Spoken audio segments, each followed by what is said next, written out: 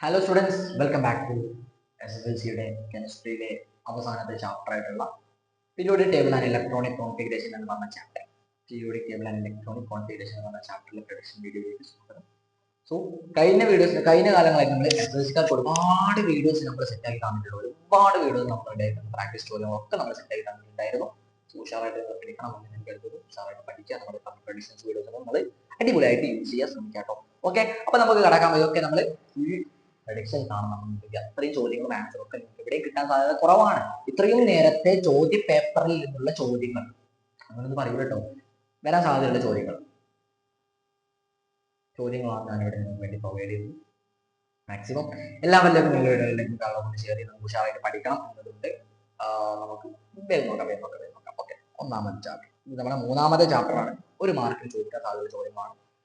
What is the valency of oxygen? ഓക്സിജന്റെ valency എത്രയാണ്? പഠിച്ചു വെക്കുക, 2 ഓക്കെ.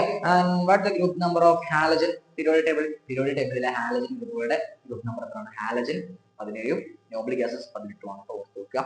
ആൻഡ് നെക്സ്റ്റ് 2 മാർക്കിനെ ചോദിക്കാൻ സാധ്യതയുണ്ട്. Electronic configuration of magnesium atomic number 12 ആണ്. മഗ്നീഷ്യത്തിന്റെ ഇലക്ട്രോണിക് കോൺഫിഗറേഷൻ എന്ന് ചോദിക്കും. വെറും electronic configuration, subshell periodic table ആണ് ഇലക്ട്രോണിക് കോൺഫിഗറേഷൻ. അപ്പൊ സബ്ഷനിൽ വരാൻ സാധ്യത ഉണ്ട് എന്നാണ് എനിക്ക് തോന്നുന്നത്. ഓക്കെ, ആൻഡ് 2, 8, 2 ആ ഒരു കേസ് നിങ്ങൾ ഓർത്ത് വെക്കുക. പിന്നെ നമുക്ക് 4 മാർക്കിന് വരാൻ ചോദിക്കാൻ സാധ്യത മറ്റൊരു ചോദ്യമാണ്. Compare the properties of element and the same group and the same period any 3 point. Compare ചെയ്യണം പ്രോപ്പർട്ടീസ് എലമെന്റ് സെയിം ഗ്രൂപ്പ്, ഒരേ ഗ്രൂപ്പിൽ വരുന്ന മൂലകങ്ങളുടെ പ്രോപ്പർട്ടീസുകൾ നമ്മൾ ചെയ്യണം. സെയിം ഗ്രൂപ്പ് വരികയാണെങ്കിൽ സെയിം വാലൻസ് ആയിരിക്കും, സിമിലർ കെമിക്കൽ പ്രോപ്പർട്ടീസ് ആയിരിക്കും. ഇനി സെയിം പീരീഡ് ആണ് വരുന്നതെങ്കിൽ gradually changing properties and same number of shells ആണ് അവിടെ വരാൻ സാധ്യതയുള്ളത്. അപ്പം ഇത്രയും ചോദ്യമാണ് നമുക്ക് എന്ത് ചെയ്യേണ്ടത്. ഈ ഒരു ഒന്നാമത്തെ ചാപ്റ്റർ, നമ്മുടെ ഒന്നാമത്തെ periodic table and electronic configuration എന്ന് പറയുന്ന ചാപ്റ്ററിൽ നിന്ന് നിങ്ങൾ പ്രധാനമായിട്ടും പഠിച്ചു വെച്ചിരിക്കേണ്ടത്.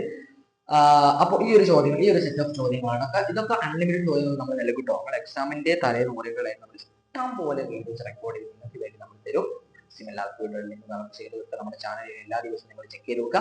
ഉഷാറാക്കി പഠിക്കണം എന്നവർക്കൊക്കെ നമ്മുടെ ചാനലിലേക്ക് വരാം. നമ്മുടെ ചാനൽ സബ്സ്ക്രൈബ് ചെയ്ത് പ്രധാനപ്പെട്ട 2 ഞാൻ ഒരു ക്യാഷ് പോലും നിങ്ങളൊന്നും വാങ്ങില്ല. വെറും എന്റെ പ്രധാനപ്പെട്ട 2 ഈ ഒരു ഓണം പരീക്ഷ കഴിഞ്ഞ് നമുക്ക് നമ്മുടെ ചാനൽ ഒന്ന് എന്ത് ചെയ്യണം, നമുക്ക് ഒന്ന് അടിപൊളിയായിട്ട് കൺവേർട്ട് ചെയ്യാനായി നമ്മുടെ ഒരു ചാനൽ ഈ ഒരു 2200 സബ്സ്ക്രൈബേഴ്സോട് അതൊന്ന് നമുക്ക് എന്ത് ചെയ്യണം, ഓണപ്പരീക്ഷ കഴിഞ്ഞതിന് മുമ്പ് നമുക്ക് 3K സബ്സ്ക്രൈബേഴ്സും അതേപോലെ നമ്മുടെ ചാനൽ വാട്സ്ആപ്പ് ഒന്ന് കംപ്ലീറ്റ് ആയാൽ അടിപൊളിയായിട്ട് നമുക്ക് ഇനി അങ്ങോട്ട് വീഡിയോസ് ഫ്രീ ആയിട്ട് നമ്മൾ ഓൺലൈൻ ബാച്ച് ഒക്കെ സെല് ചെയ്യും. നമ്മുടെ ആപ്പിലെ ബാച്ച് 2 വർഷം നിങ്ങൾക്ക് ഫ്രീ ആയിട്ട് ആക്സസ് ചെയ്യാൻ നൽകും നിങ്ങൾക്ക് വേണ്ടിയിട്ട്.